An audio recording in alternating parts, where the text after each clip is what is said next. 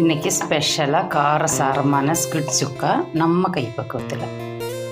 வடைச்சட்டியில் 2 spoon எண்ணெய், நல்லா நறுக்கின 2 பெரிய வெங்காயம், ஒரு கொத்து கருவேப்பிலை, வெங்காயம் நல்லா வணங்கினதும் நுணுக்கின 1 ஸ்பூன் சோம்பு சீரகம், 1/2 ஸ்பூன் இஞ்சி பூண்டு பேஸ்ட்டு, அரைச்ச ஒரு தக்காளி, இஞ்சி பூண்டு பச்சை வாசனை போனதும் 1/2 ஸ்பூன் மிளகாத்தூள், 1 ஸ்பூன் மல்லித்தூள், 1/4 ஸ்பூன் மஞ்சப்பொடி எல்லாம் போட்டு நல்லா வணக்கணும்.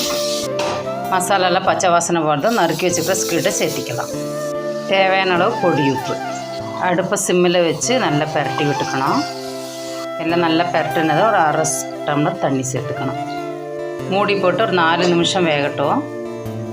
கடைசியாக 1 ஸ்பூன் மிளகுத்தூள், கொஞ்சமாக மல்லி இலை.